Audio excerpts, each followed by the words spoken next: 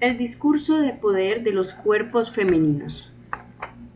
El defecto por sí solo no decide el destino de la personalidad, sino las consecuencias sociales y su realización sociopsicológica. Desde la perspectiva del futuro, la pedagogía es un manantial inmenso de posibilidades en la forma del hombre y su futuro. Lev Vygotsky.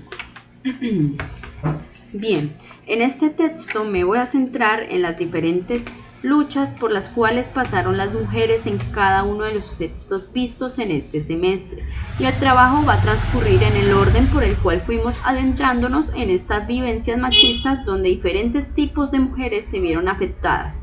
Voy a tocar algunos puntos desde la pedagogía antes y como está ahora. También me quiero centrar en cómo las cuerpas negras se vieron afectadas en este discurso colonial machista. Palabras clave: mujer, empoderamiento, sociedad, cultura, colono, feminismo.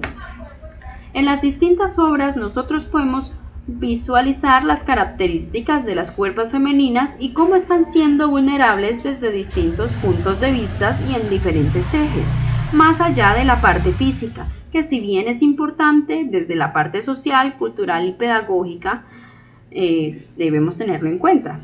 Me atreveré desde mi rol y mis presaberes a tocar temas en cuanto a diferentes pedagogas que en su momento sostuvieron muy en alto fuertes discursos feministas deconstruyendo estereotipos. Socialmente podemos reconocer en cada uno de los textos cómo los cuerpos son agredidos por terceros e incluso cómo esta agresión se transforma en autoagresión, mientras que culturalmente son los diferentes estereotipos y estándares imposibles de alcanzar, lo que te prometen una mirada distinta con un futuro prometedor, pero siendo realistas lo único que logras es un trato tóxico de los demás hacia tu poca autoestima y dañarte a ti misma, queriendo complacer las ideas del machismo.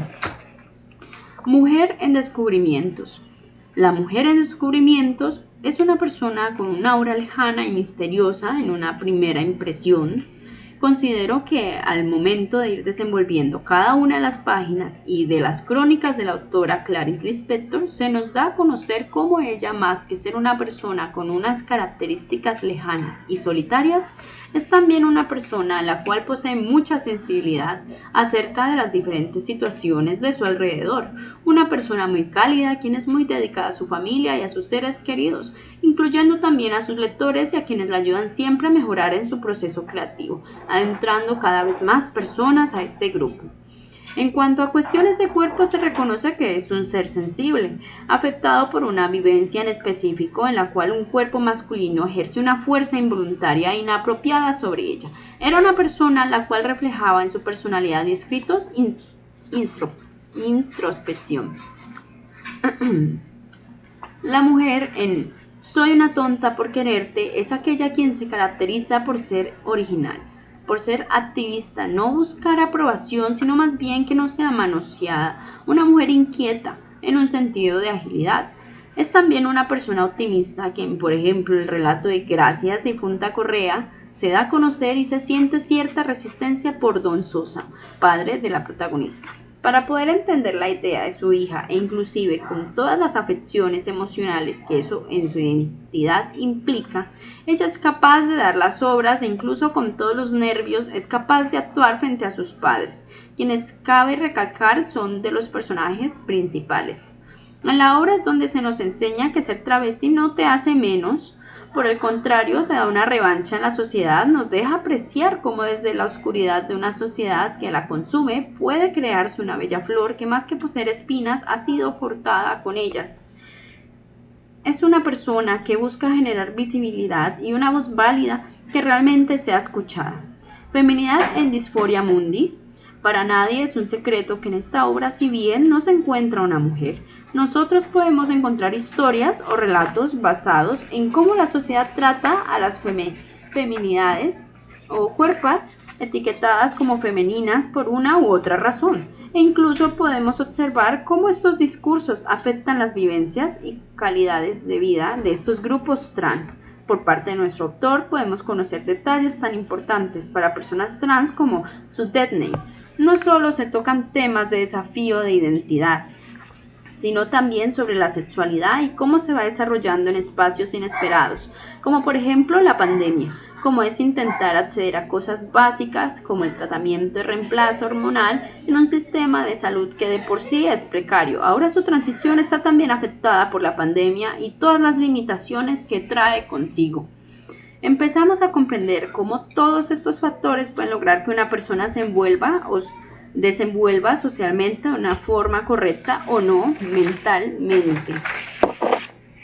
La disforia es una afección no necesariamente propia o única de personas trans. También nos habla de cómo se produce una desconexión y un desconcierto por el propio ser y la autopercepción que se tiene. Esta puede producirse por medio de comentarios o expectativas sociales que se esperan estereotípicamente de cada género. La mujer en sacrificios humanos es acorralada por sistemas machistas que generan desigualdad. En muchas ocasiones esto hace que aquellas mujeres en estos relatos se motiven a cometer actos crueles e inhumanos, no como una excusa que les permita, sino más bien como una consecuencia y como un recordatorio de que la violencia, más que ayudar o resolver, solo genera más violencia. Y es de vital importancia que cada vivencia pueda creer en sí misma gracias a su amor propio y a ideas variadas de los distintos feminismos. Es relevante encontrar y aceptar cómo cada una de nosotras encaja de diversas maneras dentro de las ramas de los feminismos. Esto no nos hace menos válidas, sino más bien nos ayuda a visibilizar la diversidad que existe en cada una de nosotras, dejando de lado toda esta agresión. Consecuente a la obra, nosotros podemos observar cómo nuestra autora es una mujer con un discurso de empoderamiento en defensa de cómo las minorías son atacadas, invisibilizadas y usadas a favor del morbo del hombre blanco y colono, donde por ejemplo todas las cualidades y características que una persona pueda poseer que salgan del canon de belleza impuesto por el hombre son realmente rechazadas e ignoradas, como si estas cuerpos no valieran por no encajar en estereotipos inalcanzables y tóxicos. Teniendo en cuenta que no solo existen las mujeres afrodescendientes cisgénero, tener una o más identidades confluyentes en un solo ser hace que las brechas suban, dando variaciones en cuanto a trato social y calidad de vida, ya que no es solo ser mujer, siendo el género uno de los principales ejes de opresión, sino también ser negra, afro, trans o habitante de una zona rural, lo que logra etiquetar y equivocadamente denigrar a estas cuerpos.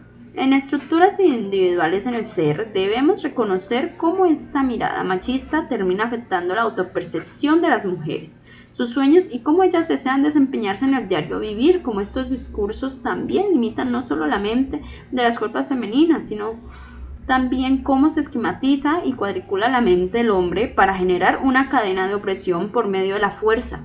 Poder que desde el inicio de los tiempos ellos creen que se les debe dar por derecho solo por ser más fuertes.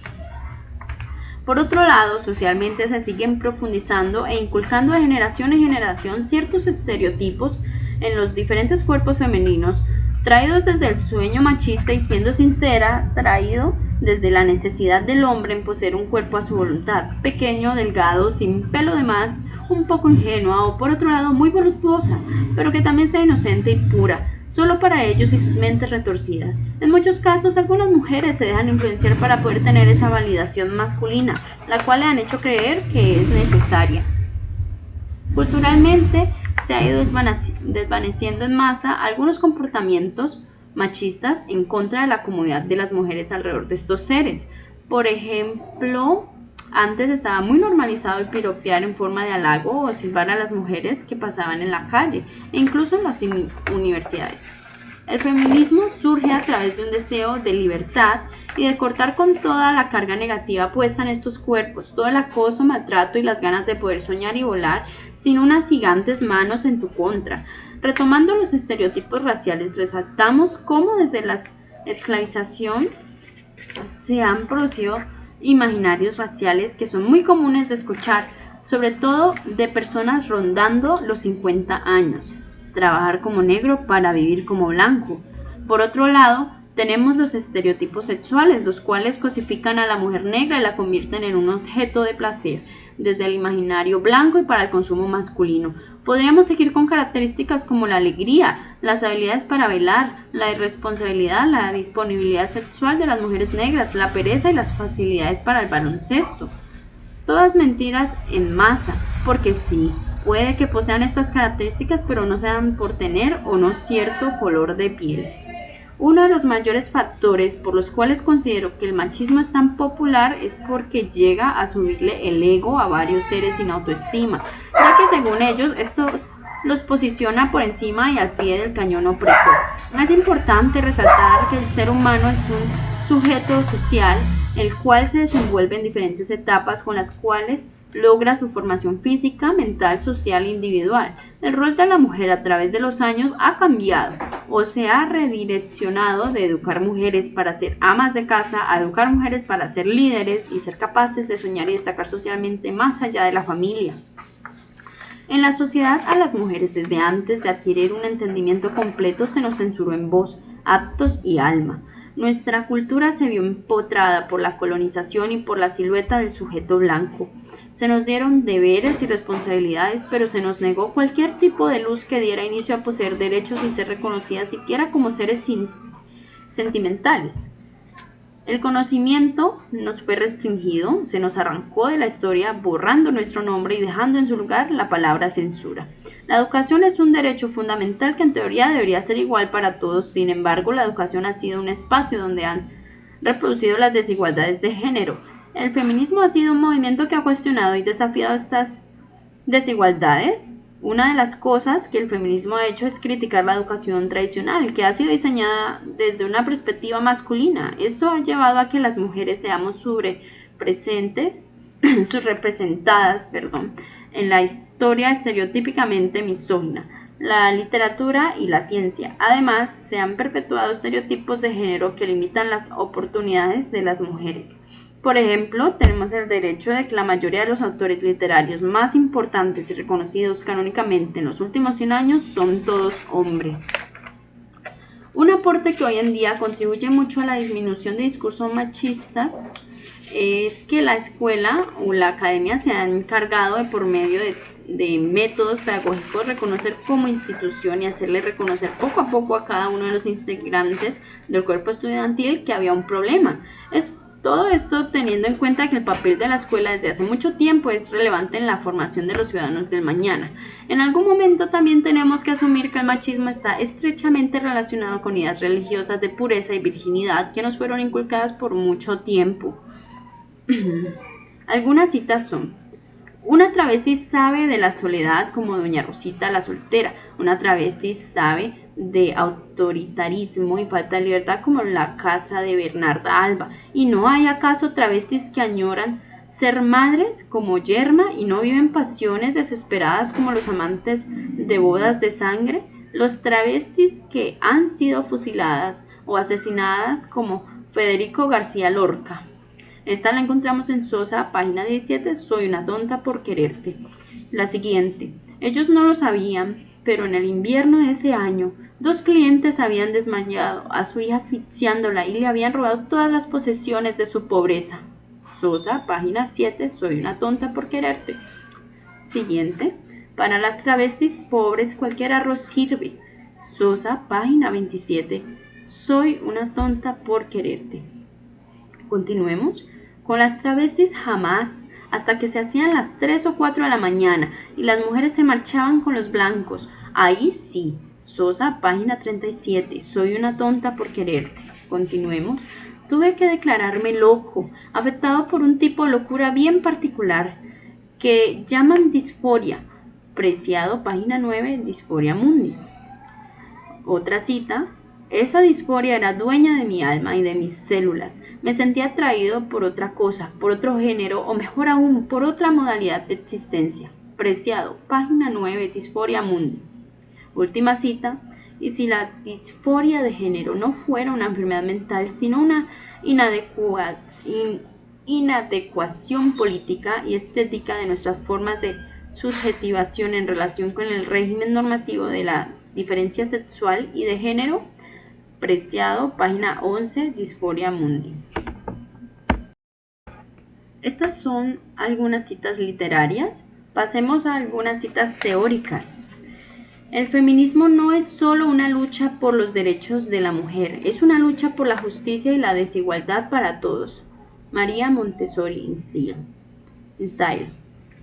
Otra cita es: establecer la paz duradera es el trabajo de la educación. Todo lo que la política puede hacer es mantenernos fuera de la guerra. María Montessori. InStyle también. La educación es un proceso natural llevado a cabo por el niño y no es adquirido escuchando palabras, sino a través de experiencias en el entorno. María Montessori InStyle. A través de los feminismos interseccionales, Kimberlé Crenshaw denuncia cómo las mujeres negras han sido reducidas a estereotipos sexuales que refuerzan su objetificación. Este fenómeno es visible en la representación de la puta negra, exotismo de lo erótico, un reflejo del legado colonial que el autor critica en su obra. Las descripciones de los personajes femeninos muestran cómo las mujeres negras son vistas desde una perspectiva que combina erotización y subordinación, limitándose a roles impuestos por la fantasía blanca colonial, como se refleja en la siguiente cita de la obra. Al llegar la noche, mandó colgar un espeso mosquitero sobre los dos, librándose así de las miradas indiscretas. Cuando la muchacha salió, terminando de arreglarle los cabellos, el santo dijo que quería dormir, mas no dormía, sino que atisbaba por un agujero de la tela las piernas y los rostros de otras mujeres, especialmente las de una negra de blusa blanca y falda azul, que una ocasión se negó a acceder en el acicalamiento de sus cabellos, lo cual para él, que estaba acostumbrado a que todas las mujeres que le rodeaban se sometieran, producíale un gran despecho vengativo, porque ello significaba una resquebrajadura en sus dominios. Ortiz, 1943, página 40. Conclusión. Soy consciente de que las cosas en algún momento tendrán que variar y cambiar respecto a la objetivización puesta en las cuerpos femeninas y demostrado en cada uno de sus textos. También soy consciente de que mientras más experiencia tengamos, más aprendizaje vamos a adquirir acerca del respeto hacia el otro, ya que esto se ha venido reconociendo y trabajando desde hace un tiempo relativamente corto, pero también soy consciente y espero que todo quien lea esto comprenda las graves consecuencias que se generan en las vidas de las personas directamente relacionadas, la gran estigmatización que se tiene contra de ellas, ser consciente de la estructura patriarcal, la cual desde siempre le ha dicho a las mujeres que no pueden ser parte por ser mujeres, que ellas solo deben de estar en la casa como una incubadora y como debemos construir también esta pirámide patriarcal que nos persigue hasta nuestros días. Debemos ser conscientes de nuestros pensamientos llenos de prejuicios hacia los demás por su color de piel, identidad de género u orientación sexual. Debemos ser capaces de buscarnos dentro de toda esta diversidad y reconocer que somos resultados de muchas partes y que nuestra cara y nuestros rasgos son la prueba más contundente de nuestros antepasados. Querida mujer, no te mires con ojos de hombre blanco de patriarcado frente al espejo. Querido pequeño resultado de la birracialidad, no te mires al espejo con ojos de colonizador. No apliques el colorismo en ti ni en los que están a tu alrededor.